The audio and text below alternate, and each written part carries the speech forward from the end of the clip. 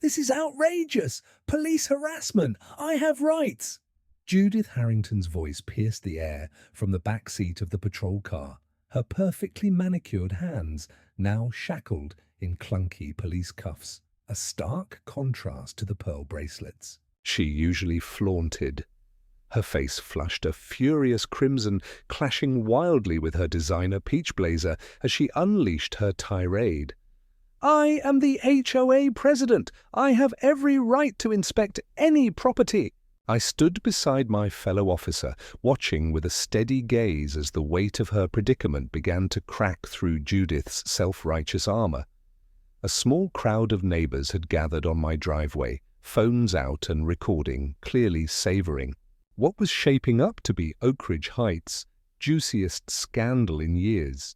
Ever wondered what happens when an HOA power tripper gets so carried away she illegally storms a homeowner's garage, only to find out the quiet new neighbor she's been hounding is the city's chief of police?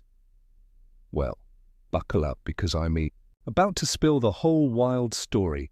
And trust me, the look on her face was worth every dime of those steep HOA fees. I'm Marcus Rivera. After 23 years in law enforcement and a recent promotion to Westlake's chief of police, I've built a reputation as a fair but no-nonsense leader.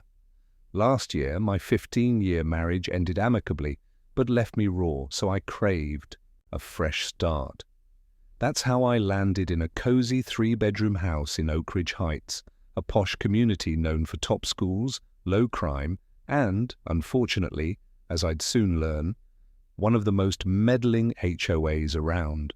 I picked the secluded cul-de-sac on Magnolia Court for its privacy, a sanctuary after decades in the public eye and the media buzz following my promotion. After the divorce, all I wanted was a quiet haven to unwind from tough shifts, a place where I could just be Marcus, not Chief Rivera. Which city of the United States are you watching from? Drop a comment and share with us if you have any confrontation with the HOA. We will narrate your story on our channel. But just Marcus, a middle-aged guy trying to rebuild a personal life, while maintaining a demanding career. I made a conscious decision not to advertise my profession to my new neighbors, not out of secrecy, but because I'd learned from experience that people behave differently around law enforcement, either becoming unnecessarily guarded or worse, constantly seeking free legal advice. My realtor knew, of course, as did the mortgage company, but I saw no reason to announce it to the neighborhood. I kept my police SUV in the garage rather than the driveway and changed into civilian clothes before arriving home. My first encounter with Judith Harrington came exactly 3 days after I moved in. The doorbell rang at precisely 9:00 a.m. on a Saturday, my first day off in weeks. I opened the door to find a slender woman in her early 60s with a silver bob cut so precise it might have been measured with a ruler. She wore a peach co-colored blazer, pressed beige slacks, and a triple strand of pearls that she absently touched as she assessed me with sharp grey eyes. "Good morning," she said, extending a hand. "Judith Harrington, president of the Oak Ridge Heights Homeowners Association. Welcome to our community." I shook her hand. "Marcus Rivera. Thank you. I've brought your welcome package."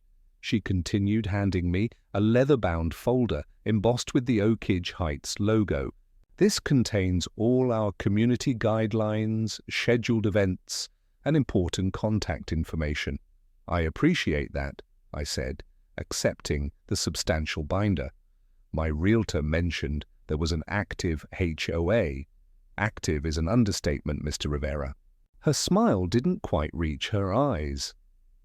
"We are the reason Oak Ridge Heights property values have increased 32% while neighboring developments have stagnated. Adherence to our standards is non-negotiable."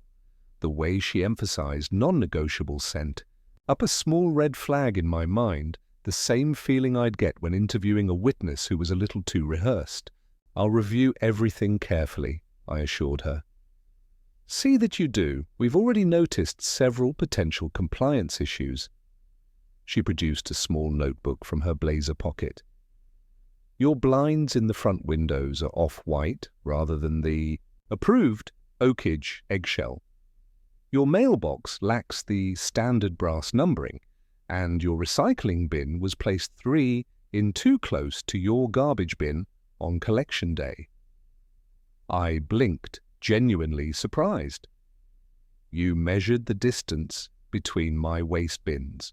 Community standards require a minimum 6 in separation to maintain aesthetic uniformity from the street view. She said this as if explaining a fundamental law of physics. You'll find the complete specifications on page 37 of your guidelines. With 23 years in law enforcement, I developed a finely tuned sense for potential trouble. Standing in my doorway that Saturday morning, every instinct told me that Judith Harrington was going to be a problem. I was right. Over the next few weeks, I received a steady stream of violation notices. Some slipped under my door, others officially mailed, and a few emailed with high-importance flags. My grass was 25 in too tall. My garden hose wasn't properly stowed. The welcome mat I'd purchased wasn't from the approved vendor list. The blinds I'd replaced with regulation oakridge eggshell weren't angled at the standardized 45-degree position when open. I complied with the reasonable requests, ignored the absurd ones, and focused on settling into my new home and demanding job. As chief, I was overseeing a major human trafficking investigation that consumed most of my waking hours. The last thing I needed was a neighborhood power struggle. My strategy of selective compliance and polite disengagement seemed to be working, until I received a certified letter from the HOA board, or more specifically, from Judith herself. The letter informed me that a property compliance inspection had been scheduled for the following Tuesday at 2:00 p.m., and I was expected to provide full access to both the exterior and interior of my home. I read the letter twice, then pulled out the HOA guidelines and carefully reviewed the relevant sections. As I suspected, while the HOA had the right to inspect external elements visible from common areas, there was absolutely no provision for mandatory interior inspections. The letter was an overreach, apparently banking on homeowners' ignorance of their own rights. I called the number on the letterhead. Oakage Heights, HOA, President Harrington speaking. Ms. Harrington, this is Marcus Rivera from 47 Magnolia Court. I'm calling about the inspection letter. Yes, Mr. Rivera. Tuesday at 2:00 p.m. I trust that works with your schedule. Actually, I won't be available, and I won't be providing access to the interior of my home. There was a pause, followed by an audibly stiffened tone. Mr. Rivera, these inspections are mandatory for all residents. It's in the community guidelines you agreed to when purchasing your property. I've reviewed the guidelines thoroughly, Miss Harrington. They permit external inspections of elements visible from common areas, but make no provision for mandatory interior access that would constitute an unreasonable invasion of privacy. Another pause, longer this time. When she spoke again, her voice had taken on a condescending edge. I'd heard countless times from suspects trying to bluff their way through an interrogation. I'm not sure what version you're reading, Mr. Rivera, but as HOA president, I can assure you we have the authority to conduct comprehensive inspections. If you've nothing to hide, this shouldn't be a concern. It's not about having anything to hide, I replied evenly. It's about reasonable boundaries and personal privacy which are protected not just by the HOA guidelines, but by state law. I see. Her tone chilled several degrees. I should inform you that failure to comply with HOA directives can result in fines starting at $100 per day and potential liens against your property. I'm well aware of what can and cannot be legally enforced, Ms. Harrington.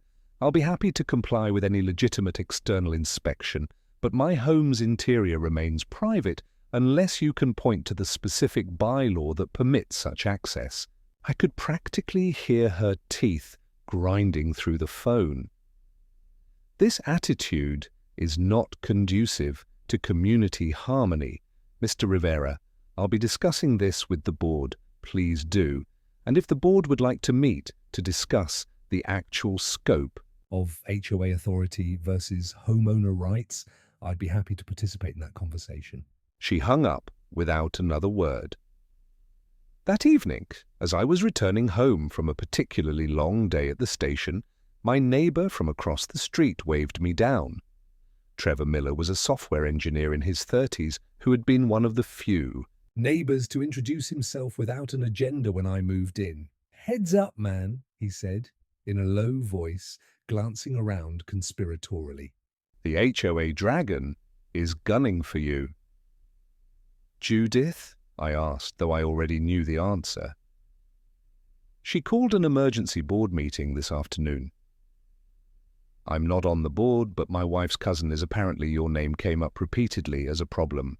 Resident who needs to be brought into compliance through escalated measures. I sighed. I'm just enforcing the actual guidelines, not the ones she's inventing. Yeah, well, be careful. When Judith targets someone, it gets ugly. Last year, she had the Rodriguez family's beautiful oak tree cut down while they were on vacation because it exceeded height restrictions, which it didn't. By the time they got back and could prove it, the tree was gone. They moved out a month later. That's destruction of private property, I pointed out. Trevor shrugged. Everyone knows it, but nobody can prove she ordered it. The tree service said they received proper authorization from the HOA. The HOA minutes, mysteriously, didn't record any vote on the matter. As a law enforcement officer, I found this deeply troubling, but without evidence, there wasn't much to be done about past incidents. I thanked Trevor for the warning and made a mental note to check my property's security system. 3 days later, I was in the middle of a departmental budget meeting when my phone buzzed with a security alert. I discreetly checked the notification motion detected in my garage. I'd installed a comprehensive security system when I moved, in standard practice for police officers who often make enemies in the course of their work. The alert included a snapshot from the garage camera. There was Judith Harrington clipboard, in hand, methodically opening storage cabinets and taking photos.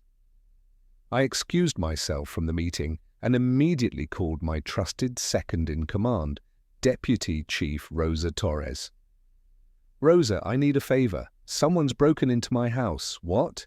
You serious? I'll send units right now. No sirens, please. It's complicated. Meet me at my place in 10 minutes and maybe bring an additional unit, but have them staged nearby until I assess the situation. You got it, Chief. On my way. Let us know where you're watching from today. And if you're new here, don't forget to like this video and subscribe to join our growing community. I drove home with lights, but no siren. My mind racing through the legal implications of what was unfolding. This wasn't just an HOA overreach. This was breaking and entering criminal trespassing and potentially burglary, depending on Judith's intent. I pulled into my driveway just as Rosa arrived in her marked unit. Several neighbors emerged from their homes, curious about the sudden police presence. For the first time since moving in, I didn't bother changing out of my uniform before exiting my vehicle. My police chief's uniform, complete with badge, nameplate, and service weapon. I could see the confusion on my neighbors' faces as they processed this new information about the quiet guy from 47 Magnolia Court. Chief Rosa approached, concern evident in her expression.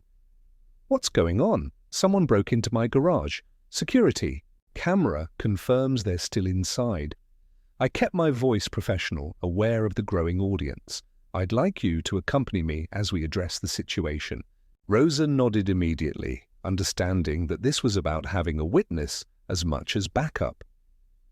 We approached my garage and I used my remote to open the main door. As it rose, it revealed Judith Harrington, standing frozen in the center of my garage, her phone in one hand and clipboard in the other. Her eyes widened as she took in my uniform, then darted to Rose's police presence, then back to me. Chief Rivera, she stammered, her usual confidence evaporating. Miss Harrington, I replied calmly. Would you mind explaining why you've entered my property without permission? She straightened her blazer visibly, trying to regain her composure. I'm conducting the scheduled inspection I informed you about as HOA president. As HOA president, I interrupted gently, you have no legal authority to enter a private residence without the owner's explicit permission. How did you gain access to my garage? Her chin lifted defiantly. I used the master key. All HOA board members have access for legitimate community purposes. Rosa raised her eyebrows at this admission. You have master keys to residents' homes, to the exterior access points only, Judith clarified quickly. For emergencies and necessary inspections, I removed my notebook and pen. Miss Harrington, did you have my permission to enter my property today? I sent you official notification of that's not what I asked. Did you have my permission to enter my home? No, but I don't need. Were you aware that I explicitly denied permission for an interior inspection during our phone conversation last week?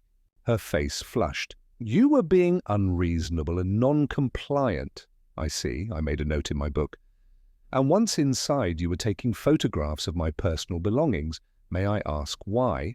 To document violations. Your storage cabinets aren't the approved color, and you appear to have automotive fluid stored improperly, according to Section 124 of the Ms. Harrington. I interrupted again, my tone still professional but firmer. I'm afraid I need to inform you that you are currently trespassing on private property after entering unlawfully. These actions potentially constitute breaking and entering and criminal trespass under state law. The color drained from her face. That's absurd. I'm the HOA president. HOA president is not a government position, ma'am.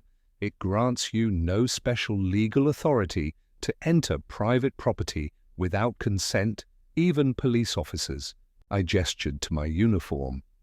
Need a warrant to enter a home without permission or exigent circumstances. By now, a substantial crowd had gathered at the end of my driveway. I could see phones recording and whispered conversations rippling through. The onlookers, this is ridiculous, Judith huffed, moving toward the door. I'll be speaking with the HOA attorney about this intimidation. Rosa stepped slightly to block her path. I'm sorry, Mom, but we need to address the legal situation here first. What legal situation? This is an HOA matter. I shook my head. No, Ms. Harrington, this is a criminal matter. Entering a home without permission is breaking and entering. Taking photos of private property without consent could constitute invasion of privacy. Using a master key you've been entrusted with to access homes against residents' explicit refusal could be considered breach of fiduciary duty. Her face contorted in disbelief. Are you threatening me? Not at all. I'm explaining the legal reality of your actions today. I gestured to the security camera mounted on my garage ceiling, which were recorded in their entirety, by the way. That's when the reality of her situation seemed to finally hit home. Judith Harrington, who had ruled Oakage Heights with an iron fist for 7 years, had illegally entered the home of the city's chief of police, and done so on camera after being explicitly denied permission. I think we should continue this conversation at the station, I said, gently. Deputy Chief Torres will need to take your statement. You're arresting me. Her voice rose to a pitch that probably violated the HOA noise ordinances. We're investigating a break-in at my residence, and you've admitted to entering without permission using a master key. So yes, we need to process this appropriately. What followed was a textbook example of entitled indignation collapsing into panic. Judith demanded to call her attorney, threatened to call the mayor, who coincidentally had personally appointed me as chief, and finally resorted to insisting that I was the one who didn't understand the special legal status of homeowners associations. Rosa read her Miranda rights with professional courtesy, and I deliberately stepped back to let her handle the actual arrest, avoiding any appearance of personal vendetta. As Judith was escorted to the patrol car, her protests reaching operatic volumes, I noticed something unexpected on the faces of my gathered neighbors. Relief. An older woman actually gave Rosa a thumbs up. Trevor was openly grinning. One family had brought out lawn chairs as if settling in for an entertaining show. The community reaction told me everything I needed to know about Judith's reign as HOA president.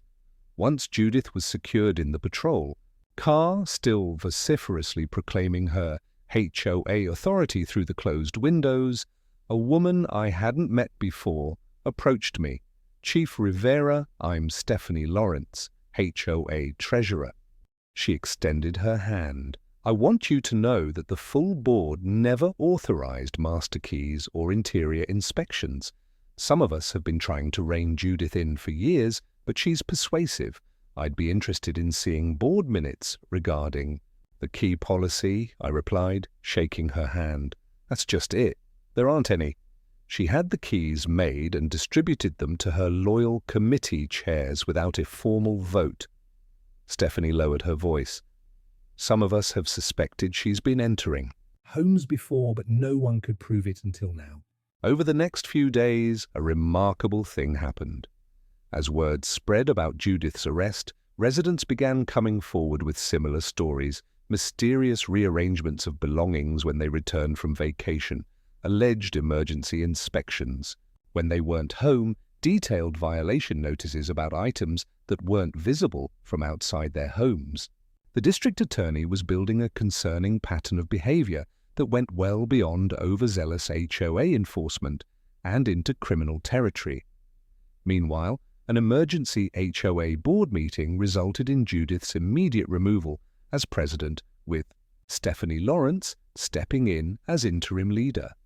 I attended that meeting, my first, and was surprised when Stephanie asked me to address the community about privacy rights and reasonable HOA practices. I wasn't there as chief of police, but as a homeowner who happened to have relevant expertise.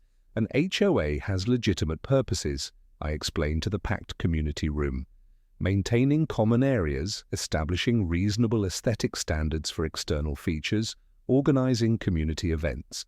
These all enhance our neighborhood, but there's a clear line between community standards and personal privacy. I outlined some basic principles. HOAs cannot enter homes without permission. They cannot create rules that violate state or federal laws. They cannot selectively enforce guidelines based on personal vendettas. And board members have a fiduciary duty to act in the community's best interest, not their own.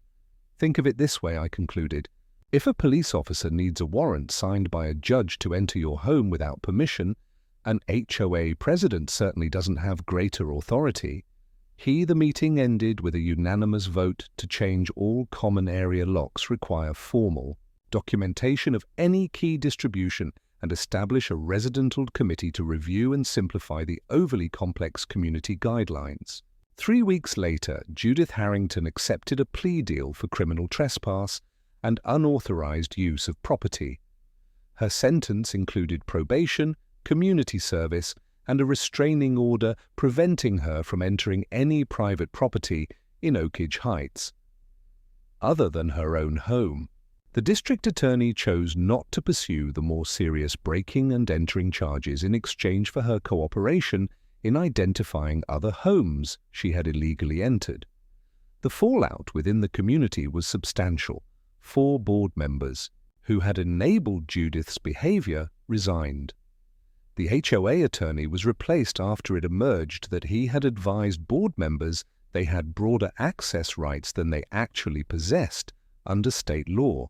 And most tellingly, a for sale sign appeared in front of Judith's immaculately maintained colonial 2 months after the incident. My own position in the neighborhood transformed dramatically. Initially, some residents seemed wary of having the police chief living among them, worried about noise complaints or teenagers being scrutinized. But as they realized I had no interest in policing their private lives, the weariness gave way to friendly waves and occasional law enforcement questions at community gatherings. The most significant change came in the HOA itself. Under Stephanie's leadership, The board adopted a resident rights and privacy pledge that explicitly limited inspection authority to exterior elements visible from common areas. The 347-page community guidelines were condensed to 42 pages of reasonable, clearly worded standards. Fines were reduced and a formal appeals process established. 6 months after Judith's unauthorized entry into my garage, I attended the community's summer barbecue. The atmosphere was noticeably lighter than previous gatherings. Children played freely without being shushed for potential noise violations. Gardens displayed a wider variety of plants than the previously mandated approved species, and residents actually lingered to chat rather than hurrying home to avoid scrutiny. Trevor approached me with a beer in hand. "You know, you could run for HOA president yourself. You've got the unanimous support of everyone who lived under the Harrington regime."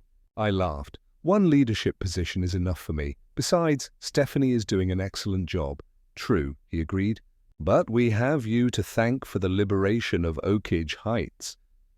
If she hadn't picked your house to break into, sometimes justice works in mysterious ways," I replied, thinking about how my decision to maintain a low profile had inadvertently led to the neighborhood's transformation. We were interrupted by a community-wide announcement that the pool area was now open, complete with a new, floating volleyball net that would have never met Judith's stringent water feature aesthetic requirements. As families streamed toward the pool, I noticed a moving truck outside Judith's former home. The new owners, a young couple with twin toddlers, were being warmly welcomed by Stephanie and the welcome committee, who presented them with a remarkably thin HOA guideline booklet and what appeared to be a homemade cake. In my career, I've seen how power can corrupt even well-intentioned people when exercised without accountability or restraint. Judith Harrington hadn't started out planning to become a neighborhood tyrant or criminal trespasser, but years of unchecked authority had warped her perspective until she genuinely believed her HOA title granted her the right to violate others' privacy. The security system that captured her unauthorized entry had been installed to protect me from potential threats related to my work as chief of police. I never imagined it would end up protecting an entire community from the person who was supposedly leading it. As I watched children splashing happily in the community pool that had previously been subject to Judith's rigid scheduled swim times and appropriate aquatic attire requirements, I couldn't help but reflect on the irony. In trying to maintain rigid control over every aspect of Oak Ridge Heights, Judith had ultimately lost any influence at all. The last I heard, she had moved to a condominium with no HOA at all, perhaps the most fitting consequence for someone who had misused such authority so thoroughly. My garage. The scene of the fateful confrontation has been tidied up since that day. The non-regulation storage cabinets remain in place now, holding my fishing gear rather than police equipment, which has been relocated to a more secure location. The security camera that captured Judith's unauthorized entry still keeps watch, though these days it rarely detects anything more suspicious than neighborhood cats exploring my property. Sometimes, as I pull into my driveway after a long shift, I remember the look of dawning horror on Judith's face when she realized exactly whose home she had illegally entered. It's a reminder that respect for boundaries, legal, professional, and personal, is fundamental to any community. Whether it's a police department I lead, or a neighborhood where I'm simply another homeowner. The lesson of Oak Ridge Heights is one I share with new officers under my command. Authority exercised without restraint or accountability inevitably leads to abuse. Or, as I more simply put it, even the chief of police needs a warrant to enter a home, and an HOA president certainly doesn't have more authority than that. If you believe in justice and love, seeing HOA Karens get what they deserve. We post gripping, real-life HOA dramas every day that you won't want to miss. Your support keeps us going. Thanks for watching, and we'll catch you in the next.